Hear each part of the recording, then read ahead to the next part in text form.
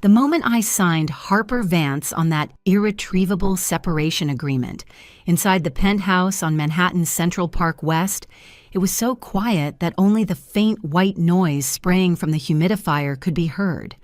This apartment is worth $45 million, boasting floor-to-ceiling windows that overlook the entire park and floors of imported Italian marble, as cold and hard as a morgue slab. Lying beside it was another document, a surgical bill from Mount Sinai Hospital, a D&C procedure for a miscarriage, dated yesterday.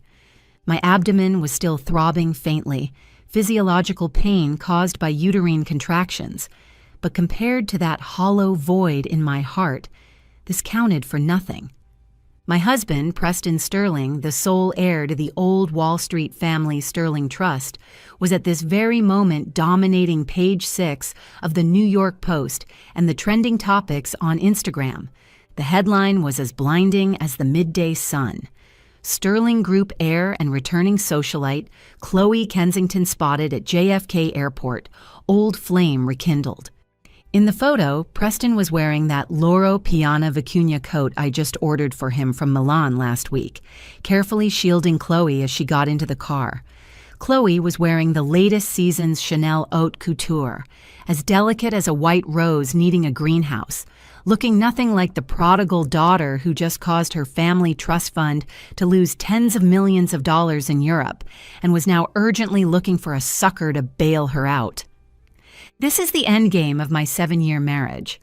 I graduated from Yale Law School, gave up the golden resume of a Supreme Court clerkship, and used scalpel-like precision to help Preston clean up the messy accounts in his massive business empire, forcefully turning him from a third-generation rich kid who only knew how to spend money and couldn't even read financial statements into the so-called business wizard on the cover of Forbes. What I got in return was me lying on a cold operating table, tears streaming as I stared at the surgical light, while he was rushing out of the house because of a call from Chloe saying, "I'm scared of the dark, I can't get a cab here. Harper, don't be unreasonable." That was the last thing he said to me before leaving. "Chloe just got back to the country. She has anxiety. You're a lawyer, you're strong, take a cab to the hospital yourself." Strong. Those 2 words were nailed onto me like spikes. Just because I'm strong, I deserve to bear the pain of a miscarriage alone. Just because she's fragile, she deserved to get my husband's care. Suddenly, a loud bang. The fingerprint lock let out a wail, and the heavy bulletproof entrance door was violently pushed open. It wasn't Preston. When he came back, he always brought that suffocating elegance and a faint scent of sandalwood cologne. What barged in this time was a biting cold wind mixed with the smell of pine, dish soap, and cheap but reassuring peppermint candy.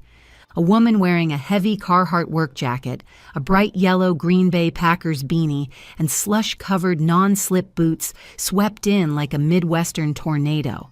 She was lugging 2 huge Costco shopping bags, her cheeks flushed red from the cold wind outside, but her gaze was even colder than the New York outside the window at this very moment.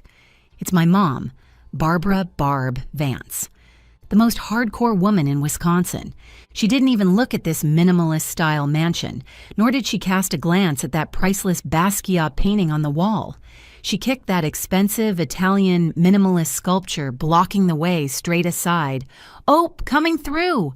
She strode over to the sofa, looking at me, pale-faced and like a broken porcelain doll. My eyes uncontrollably reddened. "Mom!" Barb didn't say a word. Her large hands, roughened by years of housework and working at the hardware store, grabbed my icy hand, warm, rough, yet full of vitality. "Let's go, Harper. Mom's taking you home." My tears were just about to fall in this space filled with the smell of disinfectant and a sense of betrayal. My mom Barb threw a heavy down jacket right over my head, blocking my view and also blocking my weakness. "Count to 3. Suck those tears back in." "Hold your horses." Barb's voice was booming, carrying a thick Midwestern accent. "What are you crying for? Shedding tears for that wimp who only knows how to use hairspray but can't change a light bulb? That's a waste of salt, not worth it. Save your strength to go home and eat meat. I took a deep breath, closing my eyes in the darkness. When I opened them again, my gaze was completely clear. I pulled that Tiffany six-pronged diamond ring off my ring finger. This ring was once a promise I treasured, but looking at it now, it's nothing but an expensive shackle. I threw it onto the coffee table next to the abortion papers. The ring hit the marble tabletop, making a crisp sound like some kind of death knell. "Mom, let's go." Barb nodded with satisfaction, and like she was hefting a sack of potatoes, she scooped up my Rimowa suitcase with one hand and dragged me toward the elevator with the other. "Stop dawdling. If we don't leave now, we'll hit the evening rush at the Lincoln Tunnel, and we still have to rush to LaGuardia Airport. Tonight, I'm going to have you eating piping hot tater-tot hot dish. You can't find any proper cheese in this hellhole. It's all that moldy blue cheese. Is that even for humans?" The moment the elevator doors closed, I took one last look at this place I'd lived for 7 years. Goodbye, Preston Sterling. Goodbye to the Harper Vance who lived like a precision instrument just to measure up to a wealthy family. In the Delta first-class cabin heading to Milwaukee, the air pressure is steady, but my mom Barb clearly isn't. She's asking the flight attendant for a third bag of pretzels while loudly complaining about the unreasonable seat design on this plane. "You know what, honey?" she said to the flight attendant, maintaining a professional smile. "Back in Wisconsin, this isn't called a first-class seat. It's called a torture device. It's not even as roomy as the passenger seat of my Ford pickup." The flight attendant smiled awkwardly and gave her 2 extra packs of nuts. I leaned against the window, wearing sunglasses, clutching my phone tightly in my hand. For the past 3 months, I've been like a tightrope walker. Chloe Kensington returned bearing the title of European Socialite, like a drop of poison dripped into my marriage. Preston is a typical WASP. He received the best education and behaves appropriately, but that arrogance in his bones and the desire for possession are carved into his genes. Chloe is the regret of his youth, the perfect doll recognized by his social class. And I am his most useful tool, his brain, his legal advisor, his weapon against that stuffy board of directors. He wants that doll to put on display in a window, and he wants me, this sharp sword, to conquer new territories for him. How greedy. "Mom," my voice hoarse, I finally asked the question hovering in my heart. Am I really a failure? I was top of my class at Yale Law. I'm a top New York M&A lawyer. I helped him make countless amounts of money. And yet, I lost to a woman who can't even read a balance sheet and only knows how to max out credit cards. Barb's hand paused while tearing open a package of nuts. She turned her head and slapped my thigh hard. "Ow!" I nearly jumped out of my chair from the pain. "Harper Vance, I think your brain has been clogged up by all that expensive caviar and champagne." Barb glared at me, her eyes filled with exasperated fury. "You call that losing? That was cutting your losses." Barb pulled a can of Miller Lite that somehow made it through security out of her treasure chest-like bag. That was the taste of Wisconsin, the taste of home. In our neck of the woods, there's an old saying, if your car gets stuck in a cow dung pit, you won't be afraid to hit the gas to get out just because it's a Mercedes. That, Preston, is just a gold-plated mud pit. You've climbed out now. That's called a strategic retreat. It's a victory. She paused, her tone softening a bit. Besides, I've seen photos of that Chloe, a face full of hyaluronic acid. Only that blind Preston would treat her like a treasure. Back home, a woman like that would be considered too soft to even milk a cow. Just then, a burst of ear-piercing laughter came from the next seat. A Gen Z girl with dyed pink hair and wearing giant headphones was scrolling through TikTok with the sound playing out loud. The video shows various paparazzi shots of Preston and Chloe. They go in and out of high-end restaurants. They raise paddles at auctions. They hug at the airport. The voiceover is an exaggerated male voice commentating, "True love returns to the Sterling Group. Cinderella is finally kicked out. It seems the wealthy ultimately don't need a haggard woman who only knows how to work. I heard Mrs. Preston doesn't even have an Insta account. Boring to the extreme." The girl watched while interacting with the blogger in the video. "Oh my God, that ex-wife is so pathetic. Heard she's a lawyer? Reading too many books really makes you stupid. What's the use if you can't keep a man's heart? I felt Barb's breathing instantly become heavy, like a volcano about to erupt. The girl turned her head, probably wanting to find someone to share the gossip, stared at me for a moment, then suddenly widened her eyes and covered her mouth. "Oh my God, sister, aren't you that—" She pointed at me, her finger trembling. "Are you Preston Sterling's wife?" Apparently, as the woman behind Preston, although I keep a low profile, I do occasionally leave a few blurry photos at certain occasions I'm forced to attend. In the photos, I'm always wearing black or gray business attire, my hair meticulously pinned in a bun at the back of my head, documents in hand, following half a step behind Preston, like a competent secretary. I was just about to speak. Barb slammed that can of beer heavily onto the tray table. The aluminum can made a loud bang, shaking the girl's headphones crooked. "Mrs. Who? That's Harper Vance." Barb's voice echoed through the entire first-class cabin. "She's the most powerful lawyer in all of Wisconsin. She's a top Yale graduate. She's my daughter. She's returning home in glory, and she doesn't give a rat's ass about that man who's good for nothing but money." The girl was startled and hurriedly shrank back into her seat, apologizing repeatedly. Sorry, I just saw what the video said." I took off my sunglasses, revealing a pair of eyes that were red and swollen but still sharp. I looked at that girl and smiled calmly. "It's okay. You're right. Mrs. Preston is a pitiful character. She's probably still in that cold apartment right now, keeping watch over an empty room, waiting for him to come home." I paused, straightened my back, and that aura of dominating the negotiation table instantly returned. "But I am Harper. I'm going home to eat cheese." The girl stared at me blankly, as if she was intimidated by my aura. I took out my phone and opened Instagram.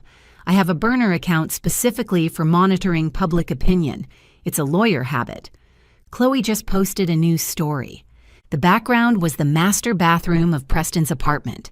That huge floor-to-ceiling window reflected her curvaceous figure, wrapped in nothing but a bath towel, and the bathtub was filled with water and rose petals. In the blurry distance, Preston's back was visible. He seemed to be sitting on the edge of the bed, loosening his tie. The caption was, "Some things, after all the twists and turns, finally belong to the right person. True love, unto Sterling." This was a naked provocation. She was staking her claim to me, telling me, "The home you spent 7 years building, your bed, your man, they're all mine now." I felt a wave of physical nausea, acid churning in my stomach. But I wasn't angry or sad like before. Sorrow is for those who still have expectations, whereas right now, I only had the professional instinct of a lawyer. Screenshot, save. Back up to the cloud. Then I opened my contacts and found the name saved as Preston. Sent the picture, followed by a message that was terrifyingly calm. "Preston, although we signed a no-fault divorce agreement, this photo will be extremely helpful in the subsequent asset division negotiations to let that group of stuffy board members of yours who care so much about family reputation see just how lousy your risk management skills are. By the way, your bath towel is Italian-Egyptian cotton, $800 a piece. Remember to tell your guest not to get it dirty. I bought that. Finally, good luck in the days without me helping you review contracts." Sent successfully, blocked, all done in one smooth motion. After doing all this, I let out a long sigh of relief, as if a 1,000-pound burden had been lifted. Beautifully done. Barb had sidled up at some point and stuffed a handful of salty-as-hell beef jerky into my hand. "Eat up. You look skinny as a raccoon fresh out of winter. If we go back and that bunch of aunts and cousins sees you, they'll think I've been mistreating you." I chewed on the beef jerky. The saltiness spread through my mouth, but I could taste a hint of long-lost freedom. When the plane landed at Milwaukee Mitchell International Airport, it was already late at night. As soon as I stepped out of the cabin, that dry, cold air typical of the Midwest rushed over me, instantly freezing through my cashmere sweater. Yet it also sobered up my groggy brain quite a bit. Barb's Ford F-150 pickup, which she'd driven for 15 years, was parked in the lot, with a thick layer of snow still piled in the bed. "Get in! The heater's already warmed up." Barb tossed the luggage into the car, slammed on the gas, and the pickup let out a beast-like roar on the snow. It was a 2-hour drive, with pitch-black cornfields and snow-covered forests outside the window. Occasionally, we passed small towns lit with warm yellow lights, a tranquility you'd never see in Manhattan. By the time we got home, it was already 2 in the morning. It was a typical old Wisconsin house, wooden structure with a huge porch and snow piled up on the roof as thick as cream. As soon as we walked in, the heat hit us in the face. The fire in the fireplace was burning hot, wood crackling. There was no expensive minimalist furniture here, just floral sofas that were even a bit worn out, walls covered with photos of me and my brother growing up, and the mounted deer head Barb was so proud of. The air was filled with a scent that made you salivate like crazy, a mix of baked potatoes, melted cheese, onions, and cream of mushroom soup. Barb walked straight into the kitchen and brought out that huge baking dish that had been keeping warm in the oven for hours. "Here, eat while it's hot." She plopped a big spoonful of the golden, crispy food, pulling long strings of cheese onto my plate. "This is Wisconsin's god-tier food, tater tot hot dish. High calorie, high carb, completely going against all the healthy eating principles Preston advocated. Have some more." I glanced at the mountain of food on the plate, feeling a bit hesitant. Barb glared at me. "What? Turning your nose up at my cooking? Look at those wrists of yours, so thin I wouldn't dare squeeze them hard. Were you starving in New York? Does that Preston not feed you?" "He just eats too healthy." I picked up the spoon and stuffed a mouthful in. In that instant, the rich, milky aroma, the beef gravy, and the crispiness of the tater tots exploded in my mouth. Tears suddenly started falling. To stay with him, I ate grass for 7 years. I ate while crying. Gluten-free, sugar-free, organic, low-cal, grass-fed. He said that's the only way to look like high society. What a sin. Barb rolled her eyes, pouring me a large glass of whole milk. If a living person doesn't eat meat or sugar, what's the difference between them and the dead? Here, don't just eat that. There are also freshly fried cheese curds, the kind that squeak when you bite them. I sat there on the old sofa wearing the flannel pajamas 2 sizes too big that Barb found for me, crying while stuffing my cheeks like a hamster. That night, I slept in my old room. The quilt smelled of sunshine, and outside the window was the sound of howling wind and snow. This was the first time in 3 months I'd fallen asleep without relying on sleeping pills. The next day, a once-in-a-decade blizzard locked down the entire town. I slept until the sun was high, woken by the roar of snow clearing. I wrapped myself in a thick blanket and walked to the window with my hot coffee. In the yard, the snow was already past my knees. A man in a work vest, revealing solid arms, was pushing a snowblower on the driveway. His back was broad as a wall, short blonde hair shining in the sunlight. It was Jake Kowalski, my high school classmate, the former football quarterback, that big lug who got into a fight at prom because a guy from the neighboring school team hit on me. He turned off the machine, took off his earmuffs, wiped the sweat from his forehead, turned around and saw me behind the window. In that moment, he froze. A flash of surprise passed through eyes as blue as Lake Michigan, followed by a flustered panic. "Hey, Harper!" he shouted through the window, his white breath fading in the cold air. "Barb said you were back. Thought I'd get your driveway cleared." I opened the door, the cold wind pouring in, but I didn't feel cold. "Morning, Jake. Thank you." Jake put down the shovel, standing somewhat awkwardly in the snow. He was even bulkier now than in high school, running the biggest construction company in town. Although he was blue-collar, he was still a big shot locally. "Are you okay?" he asked carefully, his eyes lingering on my face with inquiry and concern, but without any of that scrutinizing, goods-like pickiness of Preston's. "Barb said that New York guy bullied you." "I'm good." I smiled, and this time it was genuine. "I'm single now." Jake's face instantly turned red, even redder than the frostbite outside. He scratched the back of his head, revealing a mouthful of white teeth. That's perfect. If you want to build a house or tear down a house, or if you want to bury someone in the foundation, no, I mean anything that requires heavy lifting, just ask me for free." Just then, Barb rushed out carrying a plate of fresh-baked cinnamon rolls.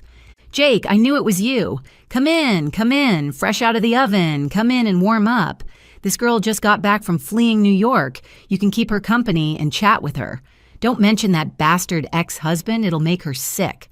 And just like that, I was forced to sit on the rug with Jake, a plate of steaming hot cinnamon rolls between us. Jake wasn't as rough as I had imagined. He attentively grabbed a napkin for me, his gaze remaining warm and restrained the whole time. "Heard you're a big lawyer now." Jake took a sip of coffee. "Really amazing. I knew back then this small town couldn't hold you." "Nothing amazing about it." I smiled self-mockingly. "Just someone helping people clean up their messes." "No." Jake looked at me seriously. "Harper, you've always been amazing. Back when we were on the school debate team, you could leave that judge speechless. Back then, I felt like you were glowing." In that moment, it was as if a beam of sunlight shone into that corner of my heart that had been neglected and belittled for so long. In Preston's eyes, my ability was a tool. In Jake's eyes, my ability was light. Meanwhile, inside the penthouse on Central Park West in Manhattan, the air was freezing cold. Preston Sterling got wasted at a yacht party last night and didn't return home until noon with a hangover headache. He shouted out of habit, "Harper, get me a glass of honey water, add 2 slices of lemon. Water temperature needs to be 45 degrees. The only response was dead silence. He frowned as he walked into the living room, only to find it wasn't as tidy as he expected. On the coffee table sat the glass of whiskey he hadn't finished last night, the coaster lying askew. Harper would absolutely never allow this to happen. Then he saw that piece of paper. Separation agreement. And that abortion report. Preston froze. He picked up that report, his hand starting to tremble uncontrollably. Abortion. Yesterday. Flashback. Yesterday afternoon, Harper had called him. "Preston, my stomach hurts really bad. Can you come back and go to the hospital with me?" What was he doing at the time? He was with Chloe, helping her pick out jewelry to wear to the dinner party. Chloe said she saw a necklace that looked just like the one her late grandmother wore, and she was crying her eyes out. He told the person on the other end of the line, "I'm busy. Go by yourself." Damn it! Preston smashed his fist onto the priceless marble tabletop, his knuckles instantly bruising. A huge sense of panic struck him, not because he had lost the child, but because he had lost a sense of control. Harper was never like this. She was always the one waiting right there, handling every trouble. Just then, his phone started vibrating madly. It was his chief assistant, his voice choked with tears. "Mr. Sterling, something terrible has happened." "What are you making such a fuss about?" Preston roared irritably. "Tomorrow's final merger negotiation. The opposing lawyers suddenly attacked and seized on a loophole in the terms. The legal department is in a total mess. They said only Attorney Vance knows where that key risk avoidance clause is. Now the other side is demanding a revaluation, and we're going to lose at least $30 million. Then let the legal department solve it. What do I pay them all that money for? They can't handle it. Madam used to personally oversee all of this before. Also, the tax bureau just sent an inquiry letter saying there are issues with last year's charity fund accounts. The whereabouts of several donations are unknown. Madam used to be in charge of auditing this part too." Preston instantly broke into a cold sweat. And the assistant hesitated. About next week's charity gala, several of the directors' wives called asking why they can't reach Madam. They said if Madam has withdrawn from the preparatory committee, they won't be donating anymore and are even considering withdrawing their support for your re-election. Preston hung up the phone and slumped onto the sofa. Just then, the bedroom door opened. Chole walked out wearing that bath towel, which not only failed to anger Harper, but had instead become evidence in court, looking languid. "Honey, what's wrong? You look terrible."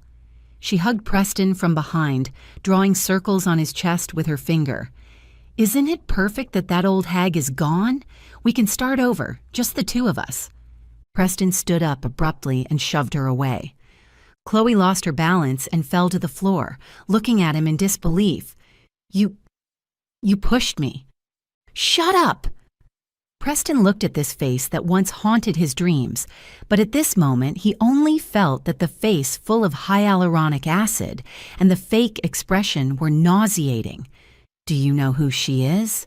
She is Harper Vance. She is the only one who can handle that vampire board of directors. You think I've had smooth sailing these past few years because I'm naturally gifted. It's because of her. And you," Preston pointed at Chloe's nose. "Besides spending my money, besides causing me trouble, what else can you do? Do you know she just had a miscarriage? It's precisely because I had to accompany you, this idiot, to buy that damn necklace." Chole was stunned by the yelling, then immediately burst into tears. "You're yelling at me for a hen that can't lay eggs? Preston, you've changed." "Get out!" Preston roared. "Get out right now!" After kicking Chole out, Preston called Harper like a madman. "Sorry, the subscriber you dialed has added you to the blacklist." He then switched to the office phone, the assistant's phone, and even the driver's phone. All failed to connect. That woman who used to be on standby for him 24 hours a day had completely disappeared. During the week in Wisconsin, I wasn't just eating roasted dishes and watching the snow scenery. My body was recovering and my brain was also running at high speed. Although Mama Barb said she wanted me to rest, she specially cleared out her quiet study for me. I opened my laptop, connected to the internet, and began a silent slaughter. First, I handled the wife diplomacy that I'd been maintaining for ages. I sent emails to the few wives who held sway on the board of directors. The tone was proper and gentle, yet teeming with subtext. "Dear Mrs. Vander Woodson, I am terribly sorry that I can no longer assist you in preparing for next week's dinner party. Due to personal health reasons and changes in my marital status, I have left New York. Regarding the foundation tax optimization plan you mentioned last time, I have handed it over to Preston's assistant. Although I'm not sure if they are as familiar with those complex overseas trust clauses as I am, I believe Preston will do his best. Send." The subtext of this email was, "I'm done. Nobody's covering your tax issues anymore.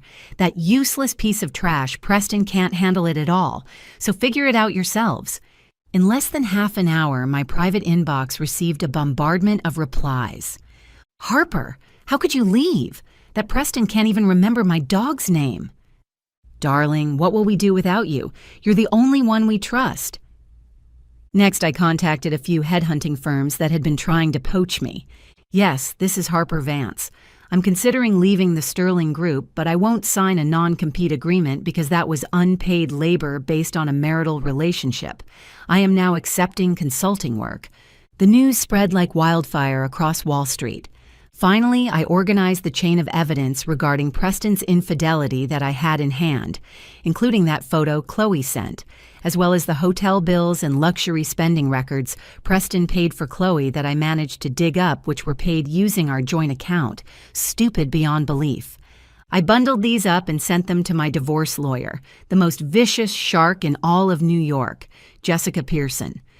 "Jessica, it's impossible to make him leave with absolutely nothing. That's a family trust. But I'm going to skin him alive. I want back every cent of capital appreciation that belongs to me, plus damages for emotional distress." Jessica replied with a smiley face emoji. "Leave it to me. I'll let him know the consequences of pissing off a lawyer who understands M&A." After doing all this, I closed my laptop, picked up the hot cocoa Barb just brought in, and looked at the snowy scenery outside the window.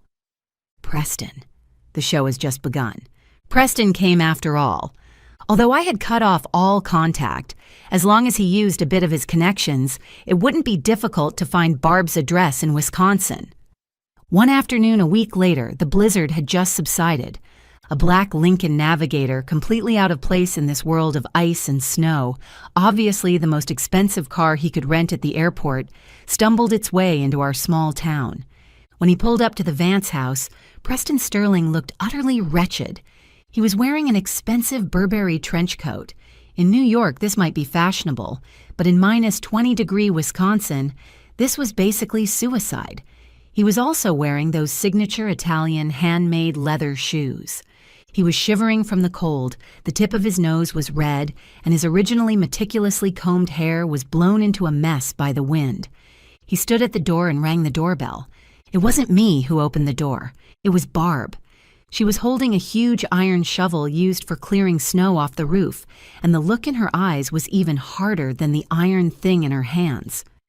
"You're that Preston." Barb narrowed her eyes, sizing up this man who looked like a drowned rat. "You look like a human being, so how come you don't act like one?" Ma'am, Preston's teeth chattered as he tried to squeeze out a charming smile. "I'm here to take Harper home. I have something very important to tell her." "Looking for who? Your wife isn't here, only my daughter." Barb thrust the shovel into the ground with a dull thud. "Besides, I don't see what makes you so important. Compared to the septic tank I just fixed, who the hell are you?"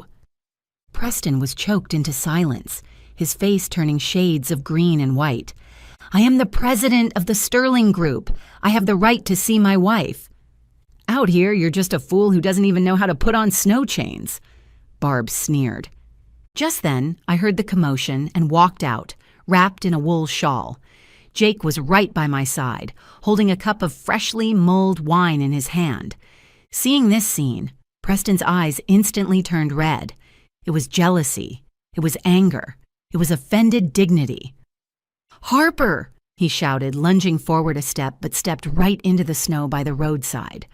Those leather shoes, worth thousands of dollars, were instantly ruined, and icy slush poured into his pant legs. "Damn it!" He pulled his foot out awkwardly. "Is this the reason you left me? For this hillbilly?" He pointed at Jake, his face full of scorn. "You gave up being the mistress of the Sterling family for this kind of guy who smells like motor oil? Gave up the Manhattan penthouse?" Jake raised an eyebrow. With his height of 1.92 meters, the muscles honed by years of physical labor filled out his work shirt like iron blocks. He put down the cup in his hand, walked leisurely down the steps, and stood in front of Preston. Preston subconsciously took a step back. This was a biological instinct, the fear when facing absolute strength. "I'm a hillbilly?" Jake laughed, his voice deep and resonant. "But at least I know that when your own woman is pregnant and unwell, you shouldn't be out drinking with other women. I also know you can't wear leather so." Preston was flustered and exasperated. He ignored Jake, trying to look past him at me. "Harper, come back with me. Stop making a scene. I know you're in a bad mood because of the miscarriage. We can find the best therapist. That merger case needs you. As long as you come back, I'll give you shares. 5%. No, 10%. And Chloe, I've already kicked her out. That woman is just useless trash. She can't compare to you at all. It's still you that I love the most." I stood on the porch, looking down at him from above, watching him struggle wretchedly in the snow, measuring my value with money and shares, trying to win me back by belittling another woman. Suddenly, I found it very amusing. This is the man I loved for 7 years. This is the domineering CEO I packaged as an elite in the business world. Stripped of that halo, he was nothing but a giant baby who couldn't survive without a nanny, a mercenary businessman, a coward through and through. "Preston, come in," I said indifferently.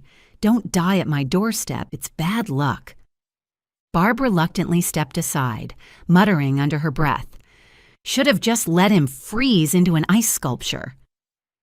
In the living room, the fireplace was burning brightly. As soon as Preston entered, he tried to sidle up to me, but was calmly blocked by Jake. He could only stand awkwardly before the fireplace to warm himself, trying to dry his soaked trouser legs, the expensive fabric emitting a nasty scorch smell. "Harper, let's go home." Preston softened his tone. "I really know I was wrong.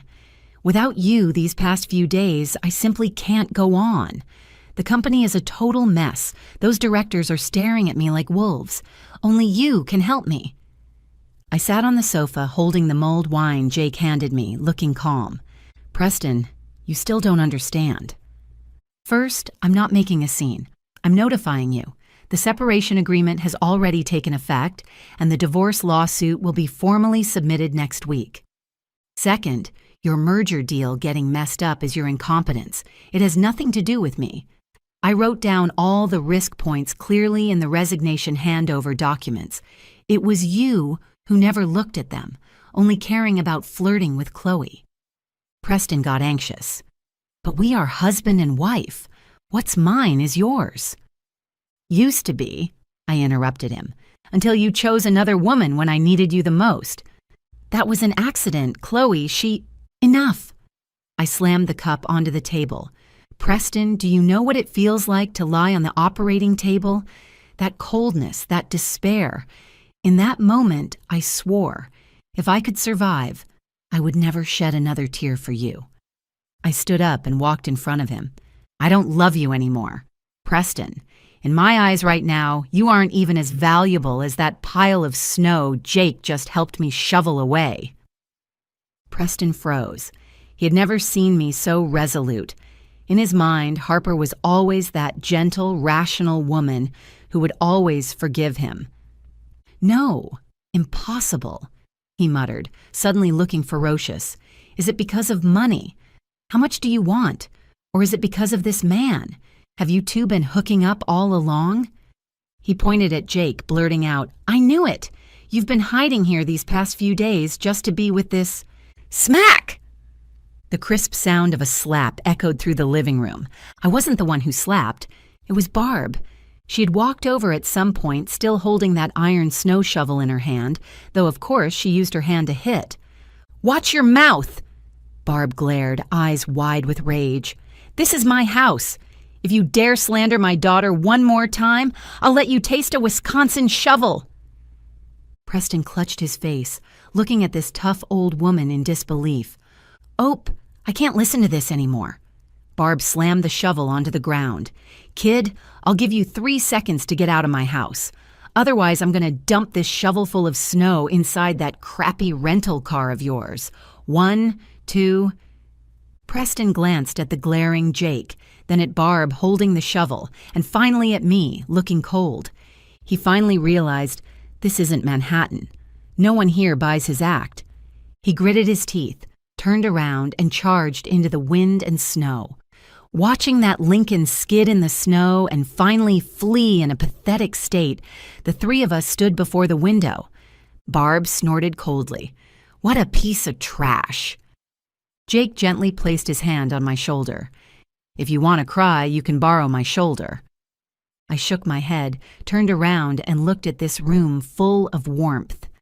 "No, I want some cinnamon rolls." After that snow, my divorce proceedings with Preston went very quickly. His ordeal in Wisconsin completely shattered his arrogance.